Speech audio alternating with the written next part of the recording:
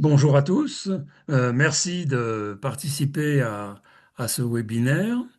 Le Pacte civique organise un certain nombre de webinaires de ce type dans la perspective des élections municipales de mars 2026. Et donc, aujourd'hui, nous allons donc dialoguer avec Antoine Reynaud, qui va se présenter lui-même et puis présenter le contexte de Los Angeles. Donc, il est le directeur de cabinet du maire actuel de Los Angeles, qui est Geoffrey Maton. Donc, on connaissait bien son prédécesseur, mais Geoffrey Maton a succédé donc à Jean-François Caron. Voilà. Pourquoi, bon, j'allais presque dire Los Angeles, alors oui, pardon, sur la participation à ce webinaire. Bon, c'est un webinaire pendant lequel les participants interviennent par le chat, hein. Vous pouvez poser des questions par le chat, vous ne pouvez pas intervenir directement. Donc, ce webinaire dure environ 45 minutes. Donc, il y aura un premier temps, à peu près moitié-moitié. Un premier temps, ça sera un temps de dialogue entre Antoine Reynaud et moi-même. C'est surtout lui qui parlera, mais je lui poserai quelques questions. Et puis ensuite, il y aura des questions qui viendront de vous, hein. Et donc Charles, qui anime ça, ce webinaire avec moi, transmettra les questions que vous enverrez sur le chat. Voilà. Donc, bon, le but de ce webinaire, c'est à la fois de mieux connaître et de pouvoir aussi interroger ce qu'on pourrait appeler une expérience exemplaire. Enfin, Los Angeles, depuis plus de 40 ans, est assez connu comme étant un territoire qui a résisté ou qui a résisté à une crise qui va nous être aussi présentée par Antoine. Et donc, ça nous paraissait particulièrement intéressant à la fois de présenter ce qui s'est fait, mais aussi d'en comprendre les raisons, les racines, avec l'objectif de voir comment cette expérience peut aussi inspirer, jamais directement, mais inspirer ce qui peut se faire ailleurs. Voilà. Antoine, je vais vous laisser vous présenter vous-même, à la fois dans vos fonctions, puis aussi dans votre histoire avec Los Angeles. Je m'appelle Antoine Reynaud, comme ça a été dit, je suis le directeur de cabinet de Geoffrey Maton et je suis en poste depuis le début du mandat à peu près. J'ai pris mes fonctions en réalité pendant la crise Covid et j'ai commencé avec un premier maire qui était Jean-François Caron et on a travaillé la transmission qui s'est faite à mi-mandat avec son ancien premier adjoint Geoffrey Maton et qui est devenu maire depuis avril 2023. Moi, je suis arrivé à Los un peu avant ça parce que j'ai fait un service civique. Je viens pas du tout du nord ou de Los Angeles. Je viens de Nîmes, du sud de la France. Et je suis monté dans le nord pour faire mes études et le hasard a fait que j'ai rencontré Bienvenue chez l'ancien. les Ch'tis, c'est ça, hein. Ouais. C'est ça un peu, ouais, voilà. Et le hasard a fait que j'ai rencontré l'ancien directeur de cabinet, Julien Perdrija, et j'ai beaucoup aimé la présentation qu'il avait faite de la commune, et j'y suis allé, et pendant mon service civique, j'ai travaillé spécifiquement sur le sujet de l'implication citoyenne. Et d'ailleurs, un des livrables, une des productions que j'ai faites pendant mon service civique, c'était le référentiel lossois de l'implication citoyenne, qui est un document assez conséquent d'une centaine de pages, mais qui est très complet et qui ramasse toute l'expérience de Los Angeles en matière d'implication citoyenne, depuis quasiment la fermeture des mines jusqu'à aujourd'hui, et qui donne aussi des éléments de méthode et propose une analyse des résultats que ça produit d'impliquer les habitants. Voilà. Donc j'ai communiqué au pacte civique le lien vers le référentiel. Donc c'est une des ressources que vous pourrez consulter plus tard. Merci. Alors, dites-nous pour commencer, en gros, d'où est parti, qu'est-ce qui est un peu à l'origine de ce mouvement? Quelle était la situation de Los Angeles au moment de la fermeture des mines, en fait? Racontez-nous un peu ce contexte. Bah, pour donner un petit peu de contexte, alors Los Angeles déjà c'est pour celles et ceux qui connaissent pas, c'est une commune de 7000 habitants qui est située dans le Pas-de-Calais à côté de Lens et qui était une commune comme beaucoup d'autres de la région qui a vécu pendant longtemps du charbon. Et quand je dis longtemps, c'est qu'il y a eu dans le cas de Los Angeles un peu plus de 150 ans d'exploitation du charbon. Et et donc ça a été un peu comme dans tout le bassin minier, la commune a dépendu quasiment exclusivement d'une seule industrie, donc l'industrie charbonnière. Donc quand tout ça s'est arrêté, le dernier puits à Los, il a fermé en 1986, si je dis pas de, ouais, c'est ça. En 1986 et ça a été un effondrement. On peut parler vraiment d'effondrement parce que bon, déjà, c'était une crise économique, hein, puisque tout le monde, ou presque, était employé par la mine. Donc, il y avait soit parce qu'on était directement mineur, soit parce qu'il y avait tout un ensemble d'activités qui dépendaient des activités des mines. Mais c'était aussi une crise d'identité, une crise sociale, parce que, en fait, quand le charbon s'est arrêté, c'est toute une histoire de la mine qui s'est arrêtée. Et le Nord-Pas-de-Calais avait une place dans le récit national, puisque c'était la région qui fournissait le pays en énergie au moment de la reconstruction. Et ensuite, il y a eu un virage qui a été pris avec le nucléaire. On a commencé progressivement à abandonner le charbon. Et les ouvriers les mineurs, qui étaient un métier extrêmement respecté, une main-d'œuvre très recherchée parce que très, très qualifiée, et ben, subitement, on est passé de ces espèces bon, pas héros nationaux, mais en tout cas avec une vraie place dans l'histoire du pays et un métier qui était reconnu à un territoire qui est devenu après coup célèbre pour d'autres choses, pour la pauvreté, le chômage, enfin tout un ensemble de clichés, de stéréotypes qui collent à la peau un peu ici dans le bassin minier.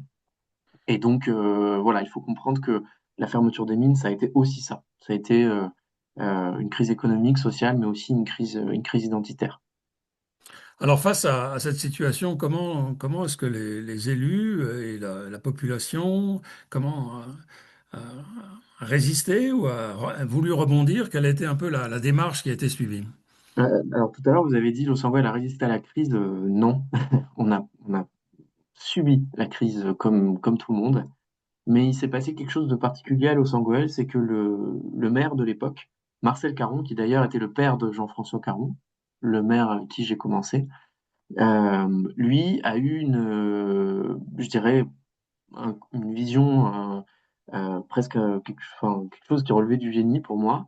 C'est qu'il s'est dit, il y avait une tendance sur le territoire au moment de la fermeture des mines de chercher à gommer les aspérités, chercher à effacer l'histoire minière le plus vite possible parce que c'était très douloureux et parce qu'il fallait surtout ressembler aux autres, ressembler à tout le monde. Et donc il y avait quelque chose de l'ordre OK, il faut vraiment faire table rase du passé et se débarrasser de ça. Et donc il y a beaucoup de villes qui, par exemple, détruisaient leurs anciennes friches industrielles, rasaient leurs terris, détruisaient les chevalets, etc. Et à Los Angeles, il y a eu cette intuition que, certes, il fallait faire un deuil collectif de la période de la mine, parce que c'était un deuil à faire, c'était terminé, mais si on se renie, on ne peut pas construire quelque chose d'autre.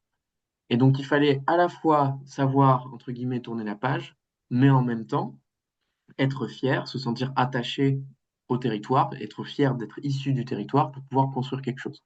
Et donc, il y a eu toute une démarche et qui a été pas du tout appréciée notamment par les communes voisines à l'époque, de préservation du patrimoine minier. Donc, par exemple, la base 11-19, qui est aujourd'hui devenue par la suite un écopole qui accueille que des structures qui travaillent sur la transition écologique, c'était un ancien siège des mines. Et il a été préservé par l'équipe municipale à l'époque qui s'est battue pour pouvoir le faire. Et il y a eu aussi toute une politique culturelle qui s'est lancée, dans laquelle les habitants ont été associés. Et ça a été le début de l'implication citoyenne à Los Angeles. Elle a commencé au moment de la fermeture des mines par la culture. Et le but était d'essayer de valoriser les savoir-faire, les compétences des habitants du territoire. Et pour essayer de reprendre confiance collectivement en notre valeur, nos savoir-faire, ce qu'on était en capacité de faire. Et donc, il y a eu, par exemple, des spectacles de son et lumière, théâtre, où les gens sont montés sur scène, des anciens mineurs, des agriculteurs sont venus raconter leur vie, leur métier. Il y a eu des concours de poésie, il y a eu tout un travail participatif d'exploration de l'histoire de la commune. Il y a eu un ouvrage collectif sur l'histoire de la commune qui a été écrit. Il y a eu des films amateurs qui ont été faits sur l'histoire de la commune. Et donc, il y a eu un moment où, en fait, la culture, ça a été une façon de se retrouver, de se rassembler, au moment où tout autour s'écroulait. Et ce que j'ai pas dit aussi, c'est que ça s'écroulait d'autant plus que le système des mines était particulièrement paternaliste et encadrant. C'est-à-dire que vraiment tous les aspects de la vie des gens étaient gérés, régis par la mine. les loisirs, les transports, le travail, l'alimentation, tout était géré par la mine. Donc en fait, c'est quasiment un nouveau modèle à inventer parce que c'est aussi tous ces services-là qui disparaissent. Et donc comment est-ce qu'on ne dépend plus d'un système qui nous dicte notre vie et la régit pour nous, pour au contraire essayer de reprendre confiance en nous et valoriser au maximum les savoir-faire et la prise d'initiative de la population. Et c'est ça le renversement total de logiciels et qui a commencé, comme je le disais, par la culture et par un travail sur l'exploration de notre identité et de préservation du patrimoine.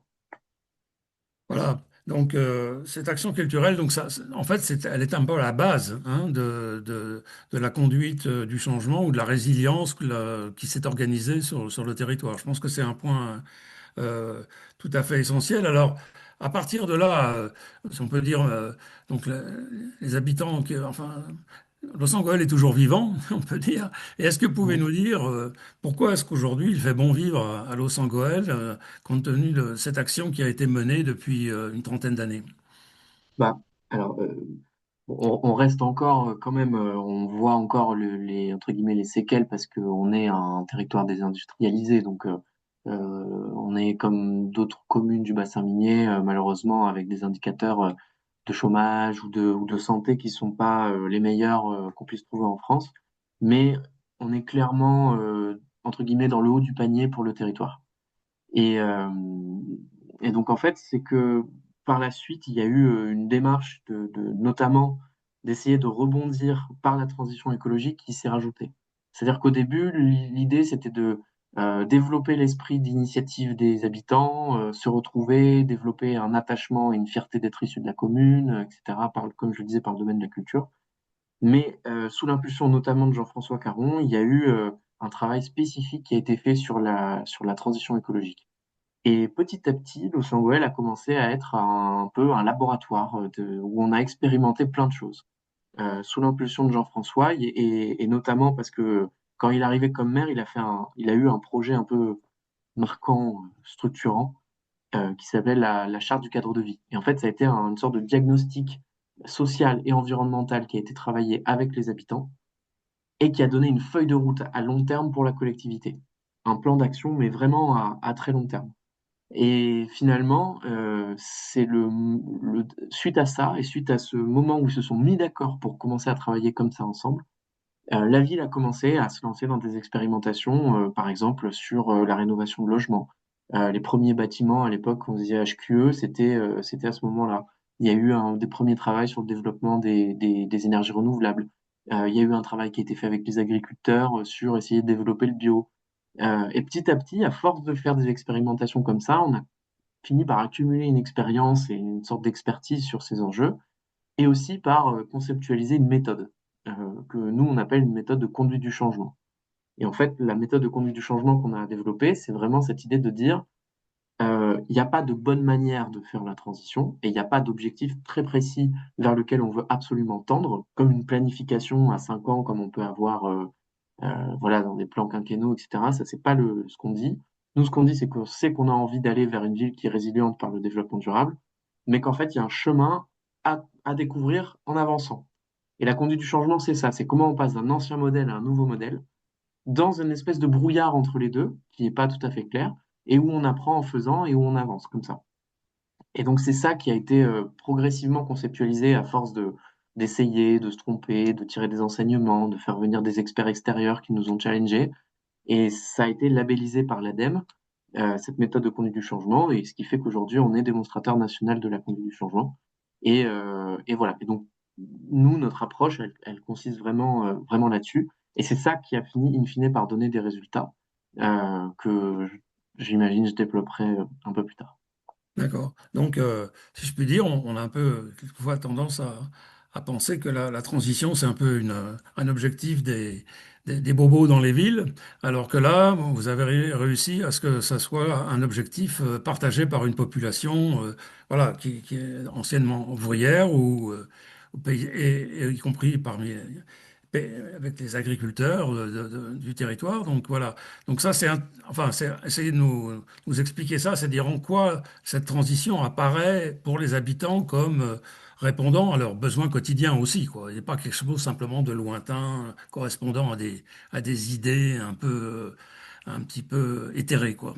Si vous pouvez nous éclairer ça, parce que c'est quand même un des enjeux qu'on vit aujourd'hui avec des réactions souvent négatives par rapport aux objectifs de la transition.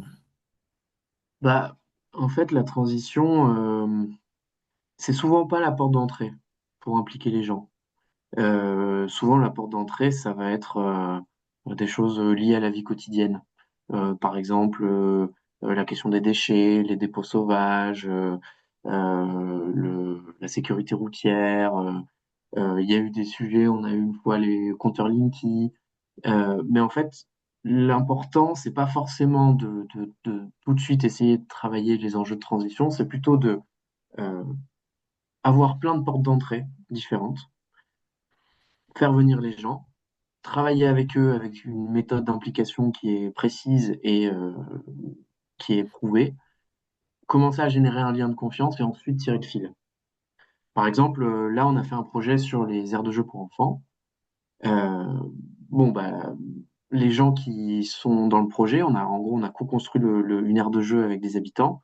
Les gens qui sont dans le projet, c'était des gens qui, leur intérêt, c'était pas la transition. Leur intérêt, c'était d'avoir une aire de jeu pour enfants assez rapidement et voilà, qui permettent de répondre à leurs demandes.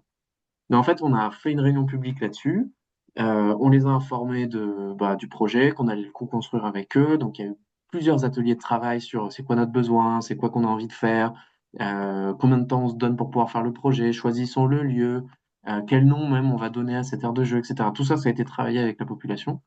Et c'est ensuite dans le travail autour de l'aire de jeu que on a commencé à apporter, nous, des éléments liés à la transition. Par exemple, sur les aménagements espaces verts autour. Bon, bah, qu'est-ce qu'on plante comme arbre, ou comme buisson, ou comme arbuste, ou comme fleur.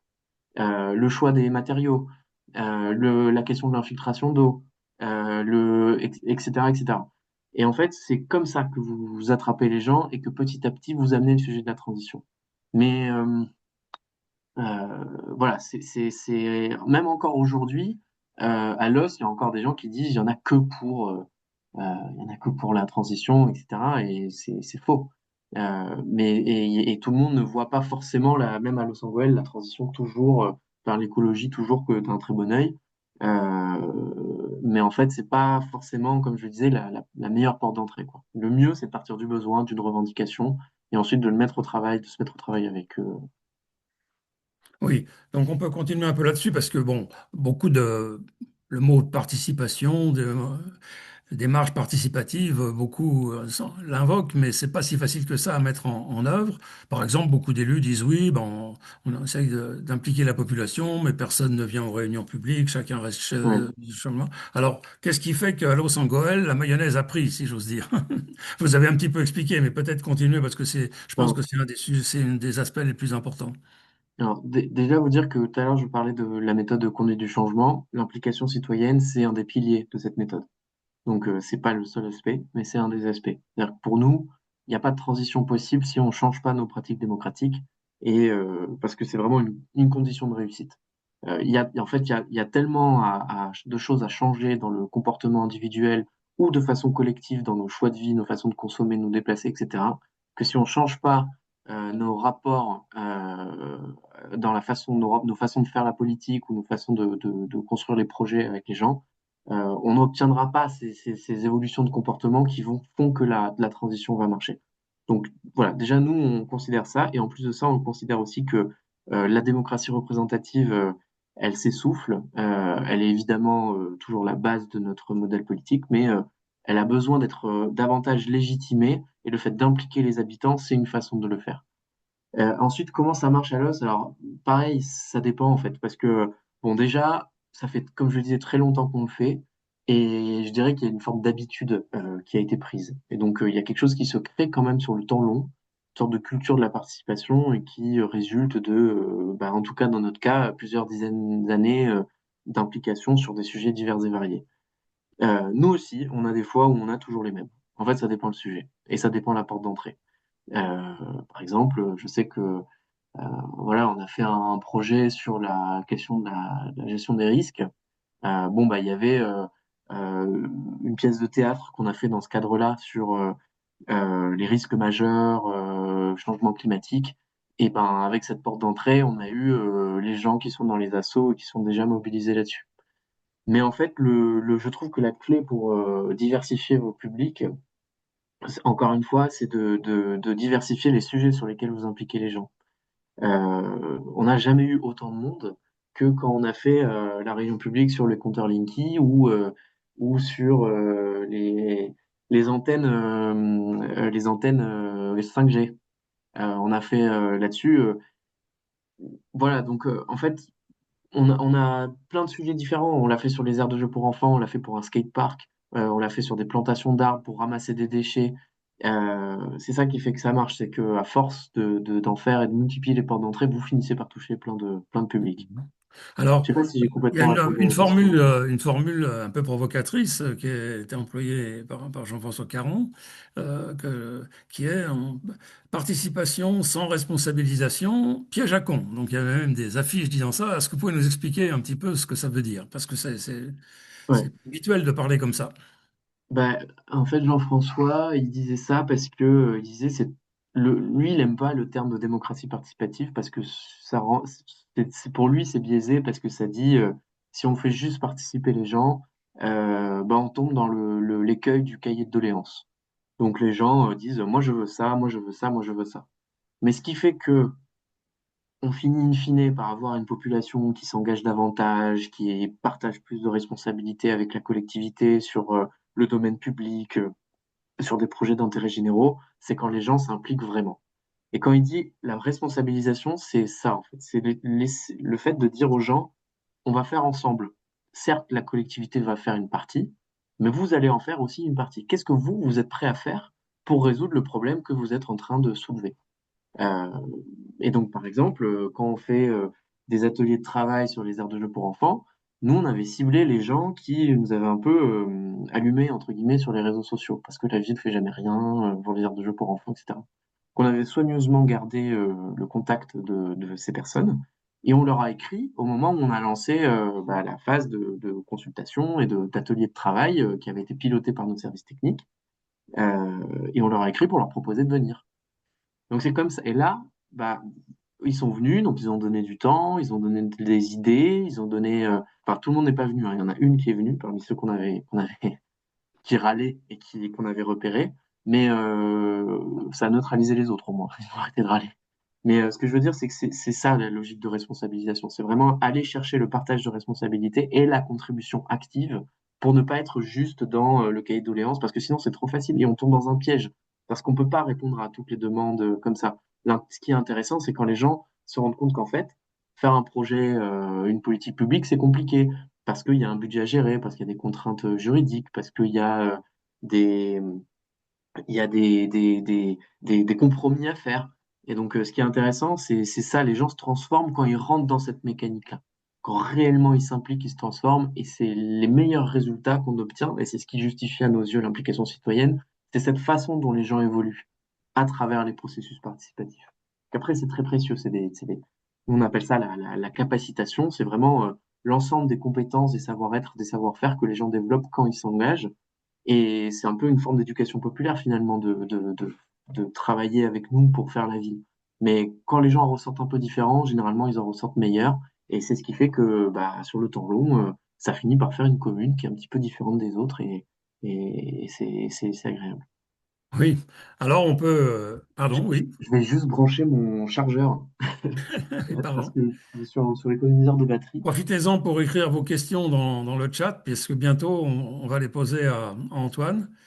Euh, Charles est en train de les collecter et va nous les transmettre. Voilà. Alors Merci beaucoup. peut-être une question.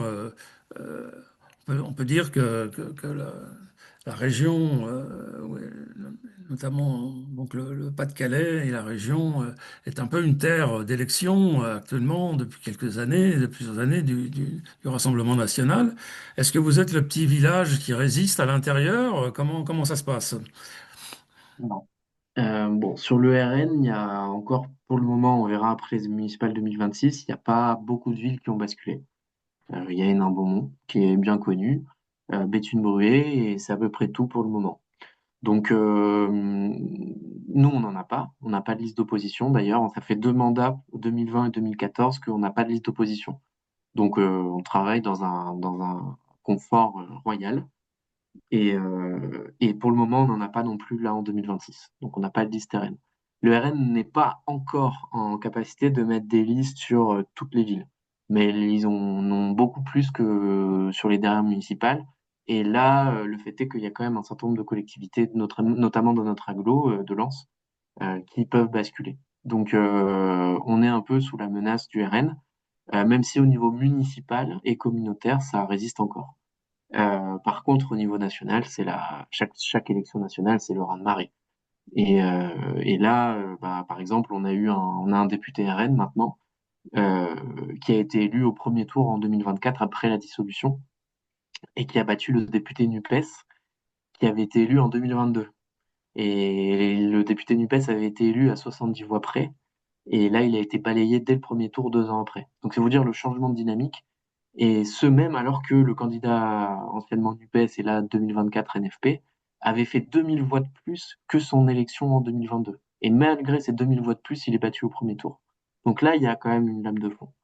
Après, à l'off, les gens ont ce paradoxe le RN fait des gros scores au niveau national chez nous. Euh, Chaque élection, on le voit, sur les législatives notamment et surtout sur les présidentielles. Et ils ont ce paradoxe de voter pour un projet comme le nôtre au niveau municipal et pour le RN au niveau national. Et c'est pas forcément simple à expliquer, mais déjà, un des premiers éléments d'explication, c'est que il y a une très forte confiance envers l'équipe municipale à Los.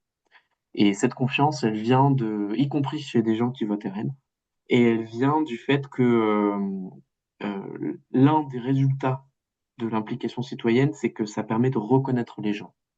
Quand on part d'eux, quand on part de leurs besoins, quand on ouvre des espaces d'expression, que ce soit en réunion publique, en atelier de travail, ou même des fois par des simples consultations, quand vous êtes vigilant sur votre posture, c'est hyper important parce que ça, il y a beaucoup d'élus dans le territoire qui ne le font pas, sur votre posture, vous n'êtes pas sur une posture descendante, de sachant, une posture d'élu un peu cassant, mais que vous êtes vraiment dans la sincérité, dans la transparence, hyper important dans la communication, bah, à force, vous finissez par créer une relation de confiance avec votre population.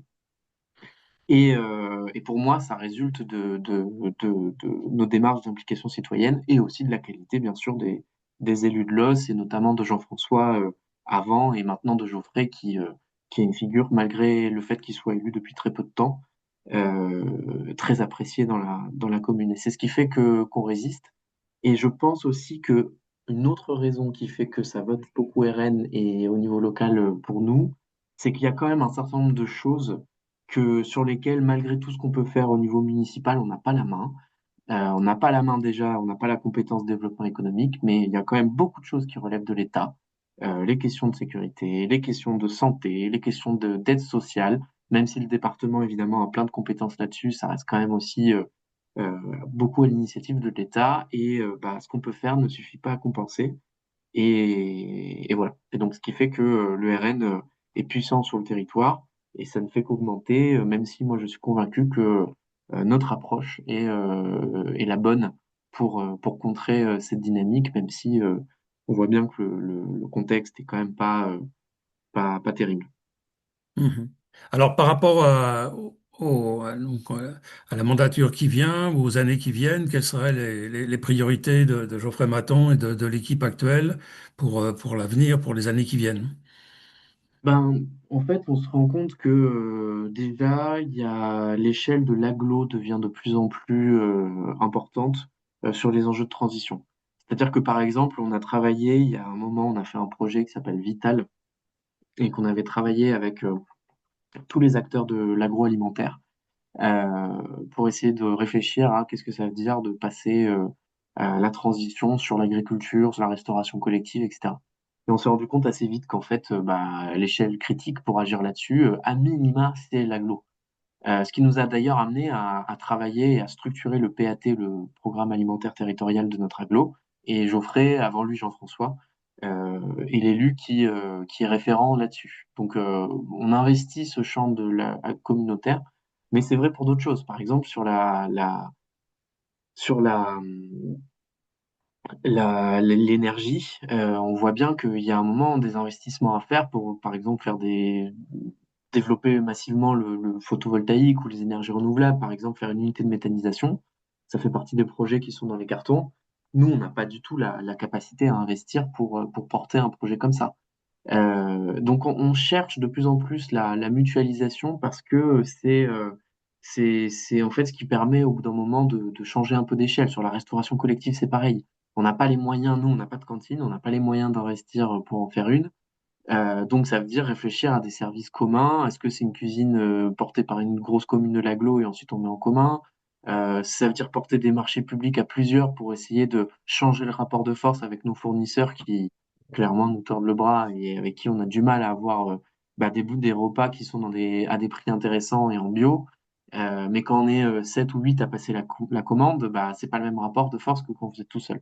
Voilà, donc j'essaie d'illustrer par des exemples, mais en gros, on a bien compris que c'était stratégique, mais dans le même temps, on a un peu peur des résultats des élections municipales 2026, parce que si jamais vraiment il y avait une catastrophe et que on sait jamais notre agglo bascule au RN, bah nous, ça va clairement nous priver d'un champ d'action important, quoi. Voilà. Et après, bien sûr, on a plein de projets communaux et des idées. On est en train de faire le programme, justement. Donc, voilà.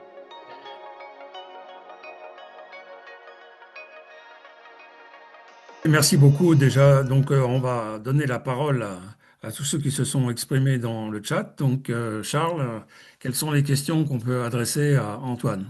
Bonsoir tout le monde. Alors, nous avons effectivement quelques questions. Donc, d'abord, une question de Louis-Marie Blanchard qui nous demande un peu plus de précision sur la méthode d'implication précise et éprouvée, une fois que vous avez fait venir des participants et avant d'aborder les questions de transition.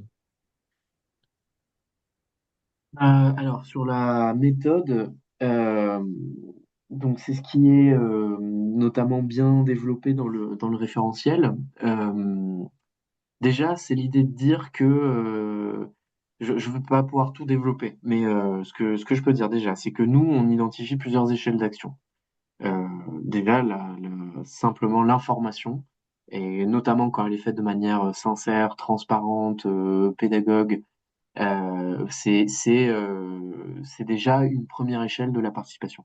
Après, vous avez aussi une autre échelle, c'est la concertation, la consultation. Donc là, c'est plutôt demander l'avis aux gens, et ça peut se faire par plein de manières différentes, mais des questionnaires distribués, des questionnaires en ligne, des sondages, vous pouvez faire ça.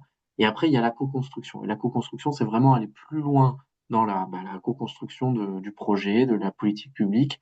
Et là, ça peut prendre la forme, par exemple, d'ateliers de travail, comme je le disais sur les aires de jeux pour enfants, mais on l'a fait avec les agriculteurs pour rénover les chemins ruraux, on l'a fait avec d'autres jeunes pour rénover un skatepark, et on est en train de le faire avec la médiathèque, puisque c'est un des projets du prochain mandat, parce qu'on va refaire intégralement la médiathèque.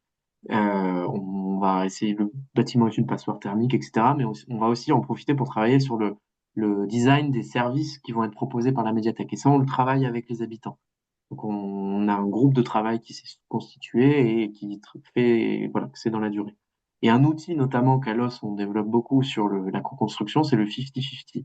Le 50-50, c'est vraiment cette idée d'aller le plus loin possible dans le partage de responsabilités, puisqu'en fait, c'est quand un habitant a une initiative, un projet qui concerne le domaine public ou qui est un projet d'intérêt général, la ville le soutient en lui fournissant matériel, ingénierie technique, appui logistique, que sais-je.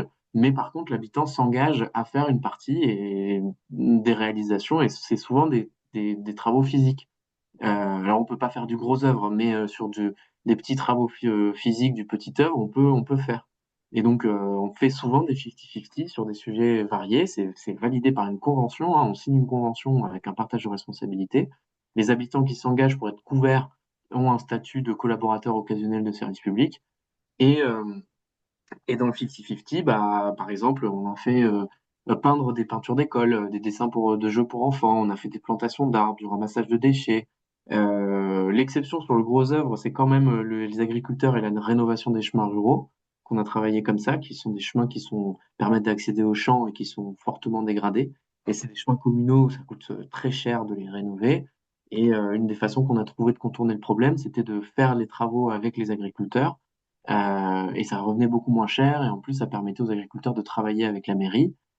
Et c'est d'ailleurs une des raisons pour lesquelles, quand je dis que changer les modes démocratiques et les modes de faire avec la population, ça aide la transition, bah, c'est qu'en faisant un 50-50 avec la profession agricole comme ça depuis 10 ans, avec des rotations qui sont décidées collectivement sur les chemins à rénover en priorité pour l'année N, bah, ça fait que vous avez à la fin une confiance qui s'est installée avec la profession agricole. Et quand on a eu besoin de commencer à réfléchir sur le bio avec eux ou de réfléchir sur la restauration collective, est-ce qu'il n'y a pas moyen de faire des approvisionnements avec les agriculteurs bio, bah, vous aviez une base de travail, d'habitude de travail qui nous a énormément aidé et une relation de confiance qui nous a permis de gagner beaucoup de temps. Donc voilà. Donc ça, c'est vous dire que faire de la participation, c'est pas forcément toujours de la co-construction, il y a plusieurs échelles et c'est pas parce que vous êtes que pas dans la co-construction que vous en faites pas. Et après, il y a d'autres choses. Il y a un autre élément de cette méthode, c'est notamment la question des postures. L'élu, c'est très important que l'élu, comme je disais tout à l'heure, fasse évoluer ses postures. S'il y a des élus qui considèrent que bah, ils sont élus et c'est tout, et que en fait, bah, si les gens sont pas contents, rendez-vous en 2026 ou pour la prochaine fois en 2032, ben déjà vous risquez de pas faire d'implication citoyenne, parce qu'il faut être en capacité de reconnaître la légitimité des gens à contribuer et à s'impliquer. Donc ça change la donne quoi dans la posture de l'élu. Et l'élu aussi, bah, le maire notamment, c'est l'employeur. Donc, on sait que quand on se lance dans des projets comme ça, et particulièrement quand on a envie de tenter des choses nouvelles et d'expérimenter parce que bah, c'est un peu nouveau, si on reste avec ses agents et qu'on leur autorise pas, par exemple, le droit à l'erreur, le droit d'essayer, le droit de se tromper, le droit de challenger la commande politique, bah, pareil, vous risquez de pas beaucoup avancer, quoi. Donc la posture de l'élu, elle est assez centrale, mais c'est pareil pour les agents. Les agents, il faut qu'ils se mettent au service du projet politique, mais qu'ils en comprennent le sens et qu'ils soient pas juste, comment on dit, juste dans l'exécution de tâches, mais qu'ils soient vraiment proactifs et qui cherchent à essayer des trucs nouveaux pour bah, voilà, quand on est face à la plage blanche, comme je disais, faut tester, quoi. Et pour les habitants, ben, ça renvoie à ce que je disais tout à l'heure sur la responsabilisation. C'est pas juste être dans le clientélisme à vouloir demander je paye des impôts donc j'ai droit à, mais c'est aussi bah, je m'implique dans ma commune parce que j'ai compris que je vais la construire avec la ville, quoi.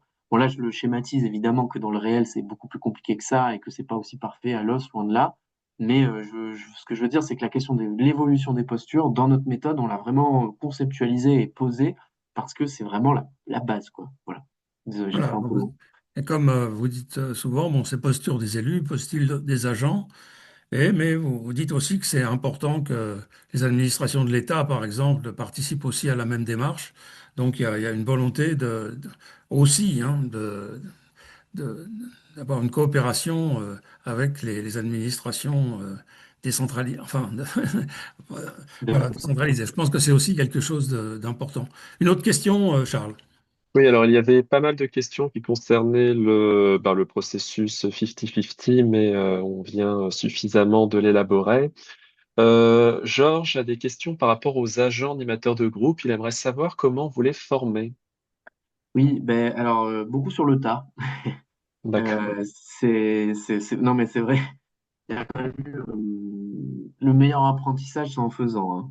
Et il faut pas que ce que je dis sur la méthode, etc., vous puisse vous comment dire, enfin, des fois, on entend un peu ça, que ça peut être pas intimidant, mais qu'en tout cas, ça puisse presque décourager, parce que ça sent inaccessible. Mais vraiment, à l'os, les meilleurs enseignements, c'est en faisant, il faut se jeter à l'eau, simplement, on a le droit de se tromper. Il faut essayer d'en tirer les enseignements après, pour essayer de pas répéter les erreurs, quoi. Donc ça, c'est vraiment important parce qu'on a beaucoup travaillé aussi ça, le retour d'expérience sur ce qui a marché, pas marché, tirer des enseignements de façon collective. On a énormément animé des temps comme ça, et ça participe d'une montée en compétences des services et des élus. Après, évidemment, il y a des formations qui existent et il y en a plein. Et ce qui marche bien, nous, on adore bah, j'étais encore cet après-midi sur un événement là-dessus, c'est les voyages apprenants. On organise par exemple à Los Angeles des DD Tours, développement durable tour, et donc on accueille des délégations qui viennent nous voir et à qui on présente la trajectoire de transformation de la commune depuis la fermeture des mines jusqu'à nos jours. Et en fait, les gens qui viennent nous voir viennent à la fois voir une présentation en salle, etc., où on leur présente le tableau complet, mais vont aussi voir les opérations de terrain, les opérations concrètes, quoi. Eh ben, nous, on a fait ça aussi beaucoup. On accueille aujourd'hui, et d'ailleurs, on continue régulièrement d'aller voir d'autres communes, mais nos agents, plusieurs fois, sont allés dans d'autres territoires qui sont pionniers ou qui ont avancé ou qui ont un retour d'expérience à partager. Et c'est une excellente façon à la fois de créer de la cohésion dans votre groupe, parce que bah, quand vous y allez en équipe, généralement, vous avez plein de moments informels, sympas, vous pouvez discuter, etc. Donc, vous cassez, enfin, un effet un peu machine à café, mais là, XXL. Et vous cassez un peu le formalisme du travail et vous apprenez ensemble. Et ce qui marche très bien, c'est les échanges entre pairs. Le mieux, c'est de faire une visite et après d'avoir un atelier où les services techniques peuvent parler aux services techniques, le chargé de mission, qui est citoyenne, peut parler à son homologue, etc., etc. Et après, sinon, c'est des formations classiques, comme il en existe sur le CNFPT ou au CNFPT ou ailleurs, sur d'autres organismes de formation. Merci. Une autre question, Charles? Oui, alors je vais en regrouper quelques-unes. Donc, avant l'implication citoyenne et pour recréer du lien avec tous les habitants, ne serait-il pas judicieux d'organiser l'écoute de tous les habitants avec un recueil permanent des doléances, par exemple? Y a-t-il des conseils de quartier, des budgets participatifs élaborés avec eux, avec les habitants? Bah, ce que je disais un peu tout à l'heure, c'est que je trouve que l'écoute, ça suffit pas. C'est important, mais ça suffit pas. Par exemple, dans l'animation des réunions publiques, il y a toujours, ça commence toujours par une phase d'écoute. Quand on avait fait la réunion publique sur la 5G, on avait essayé de réunir à la fois des opérateurs téléphoniques 5G, des assos contre la 5G pour avoir les deux points de vue, et nous qui étions dans l'animation. Et ben, il y a souvent un moment, c'est ce qu'on appelle un peu la technique de vidage de sac. Les gens viennent, déversent, parce qu'ils viennent avec de la colère, de l'inquiétude, des questions, etc. Donc ils déversent. Et après, par contre, il faut, une fois que les gens ont dit ce qu'ils avaient à dire, que on est dans une posture d'écoute active, qu'on reformule, est-ce que vous vouliez dire ça, est-ce que j'ai bien compris, est-ce que si, est-ce que ça, qu'on fait intervenir aussi les invités. Euh, Après, on cherche à basculer sur quelque chose de plus concret. Alors la réunion publique, c'est pas l'outil idéal pour établir un plan d'action, mais c'est là quand même que c'est important pour essayer de repérer qui peut être un peu moteur sur ce sujet et pourrait s'impliquer derrière sur une réflexion. Mais ce qu'il faut, c'est quand même essayer de transformer cette énergie en quelque chose de constructif. Donc l'écoute, elle est fondamentale pour se sentir reconnu et pour établir une relation de confiance et tout simplement pour savoir quels sont les besoins des gens et d'où ils parlent. Mais je trouve que ça suffit pas. Et j'ai oublié la deuxième partie de la question. Non, mais vous disiez au début, l'écoute ne suffit pas. Oui, mais la deuxième partie de La la question, deuxième c'était partie, quoi? c'était, y a-t-il des conseils de quartier, des budgets Ah participatifs oui. élaborés avec les habitants? Alors pour le coup, nous, on n'a jamais trop fait de budget participatif, un peu. Mais je sais que Jean-François à l'époque et Geoffrey n'a pas l'air d'avoir trop mis le sujet non plus. Jean-François n'était pas convaincu parce que pour le coup, c'était souvent l'exercice qui ramenait toujours les mêmes. C'est-à-dire ceux un peu plus à l'aise avec la question d'un budget, des comptes, etc. Donc il trouvait que finalement, c'était pas particulièrement un outil qui permettait bah, de parler à tous. Et après, il y a aussi quelque chose qui le dérangeait avec ça, c'est que autant on cherche à construire la décision politique au maximum sur la co-construction et l'écoute et les besoins exprimés par la population et les compromis qu'on cherche à trouver là-dedans, autant à la fin, la décision, ça reste l'élu qui l'assume parce que c'est lui qui est responsable de l'usage du denier public, c'est sa responsabilité juridique sur plein de points. Et donc, Geoffrey et Jean-François sont assez frileux sur la question de la codécision. Donc, un budget participatif, bah, vraiment voter, co-décider un budget, ça les freine. Donc, il y a plein d'approches différentes. Il y a plein de villes qui n'ont pas du tout fait comme ça. Mais c'est vrai que chez nous, il y avait à la fin, l'élu garde la prérogative de l'arbitrage. Et alors, on n'a pas de maison de quartier, mais on a des dispositifs un peu équivalents parce que ce qui marche aussi très bien sur l'implication citoyenne, et ça, il n'y a pas à dire, c'est le travail de terrain. c'est les éducateurs sur le terrain, c'est aller au devant de la population, c'est animer des ateliers. En fait, c'est se faire connaître parce que il y a plein de gens qui viennent à la participation, des fois plus parce qu'ils connaissent l'animateur de nous, on a un espace de vie sociale, donc parce qu'ils connaissent Océane ou Charlotte, euh, plus que pour le projet en lui-même. Et donc, c'est fondamental d'avoir des relais dans les quartiers, voilà, un espace de vie sociale, une maison de quartier ou autre, parce que c'est vraiment quelque chose qui permet de créer du lien avec les habitants, et particulièrement dans les quartiers un peu populaires ou plus éloignés du centre. Voilà. Alors, on avait prévu de terminer vers 19h15, peut-être une dernière On, question, on Charles. peut prendre deux dernières questions. Je pense que la dernière sera assez rapide. Une question de François Spey. La personnalité du maire donc, semble primordiale. Est-ce que cette méthode est applicable, selon vous, à de grandes agglomérations? Si plus de 50% des personnes sont défavorables au projet, quelle est la décision prise? Reprise des négociations ou abandon? En fait, ça se passe jamais vraiment comme ça. On n'a pas de, par exemple, 50% des gens qui. Par contre, il y a des fois où on a dû prendre des décisions où il y a des gens qui n'étaient pas d'accord. Et ça, voilà, c'est à l'élu de l'assumer. Mais généralement, même quand les gens sont pas d'accord, ça reste. Je veux dire, le processus a fait que ça a quand même apaisé le niveau de tension, etc. Mais là, c'est l'éducation. En général, on arrive quand même plutôt à des compromis. Bon. Après, sur la méthode, la méthode d'implication, en tout cas citoyenne, oui, elle est applicable partout. Simplement, quand on change d'échelle, bon, bah, il faut peut-être réfléchir à un moment, il y a quand même le contact avec les gens qui se perd quand on atteint une certaine taille. Donc, mais rien n'interdit de faire dans des grandes villes, ce qu'on fait nous à l'échelle de notre commune, à l'échelle d'un quartier, par exemple. Et d'avoir des relais intermédiaires comme ça, mais impliquer les gens à l'échelle du quartier, c'est tout à fait possible, même à Paris ou à Lyon. D'ailleurs, ça se fait beaucoup. Quant à notre méthode de conduite du changement, oui, elle est diffusable partout parce qu'en fait, c'est faire de l'implication citoyenne, bah, tout le monde peut en faire. Un autre aspect, par exemple, de notre méthode de conduite du changement, c'est le fait d'essayer de porter une vision systémique de la transition, c'est-à-dire une approche globale de la transition, essayer de faire en sorte que tous les champs d'action de la collectivité soient cohérents avec vos objectifs de transition. Pareil, c'est tout à fait jouable enfin, évidemment que ça demande beaucoup plus de négociations politiques et qu'il y a une position à gérer et des enjeux qui sont différents. Mais je veux dire, porter une vision systémique de la transition, c'est politique, c'est tout à fait possible dans une grande collectivité. Simplement, charge après à la collectivité d'essayer de voir comment ça se traduit chez elle. Il y a la façon de faire de l'implication citoyenne à Goël avec notre passé minier, le travail qu'on a fait sur la culture sera pas du tout la même que à Nîmes, qui est une commune qui a pas du tout cette culture-là, qui a d'autres influences culturelles et donc probablement d'autres façons d'impliquer sa population. Par contre, bah, cette méthode, elle se duplique, mais encore une fois, il faut l'adapter au contexte.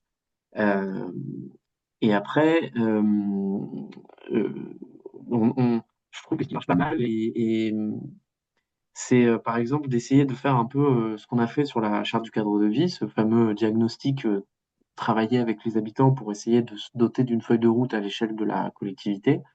On est en train de refaire l'exercice là pour le prochain mandat sur un projet qu'on a appelé la boussole lossoise. Et c'est une très bonne manière finalement de discuter avec tous les pans de votre population, d'avoir plusieurs thématiques de travail en même temps et de noter après une feuille de route qui fait que vous savez à peu près où vous allez. Et ça, je pense que dans une grande collectivité, ben, c'est aussi une bonne façon de se mettre au travail et d'essayer de donner une légitimité à un projet qui est plus axé sur l'implication des habitants et la transition. Parce que si vous l'avez travaillé de manière collective, et pas seulement avec les habitants, mais aussi vos partenaires institutionnels et les acteurs économiques du territoire, vous avez plus de chances d'avoir un projet de territoire qui est soutenu et qui génère moins d'opposition. Je suis un peu parti dans tous les sens, mais Enfin, bon, est-ce que tu Antoine, entends que franchement, merci. Je pense me faire le porte-parole de tout le monde en disant que c'est c'est vraiment passionnant de vous écouter parce que voilà, vous ne parlez pas la langue de bois, vous nous expliquez ce qui se passe. Et voilà. Et donc, bon, il y a eu plusieurs références qui ont été données. Donc, vous pourrez les retrouver sur notre site en même temps que le replay de ce webinaire, donc à partir de la semaine prochaine. Euh, il y aura un autre webinaire un peu du même type avec une autre commune qui est celle de Plessé en Loire-Atlantique. Et donc ce sera le 9 décembre. Donc vous aurez aussi l'occasion de parler avec Rémi Bellet qui est le premier adjoint de la commune de Plessé.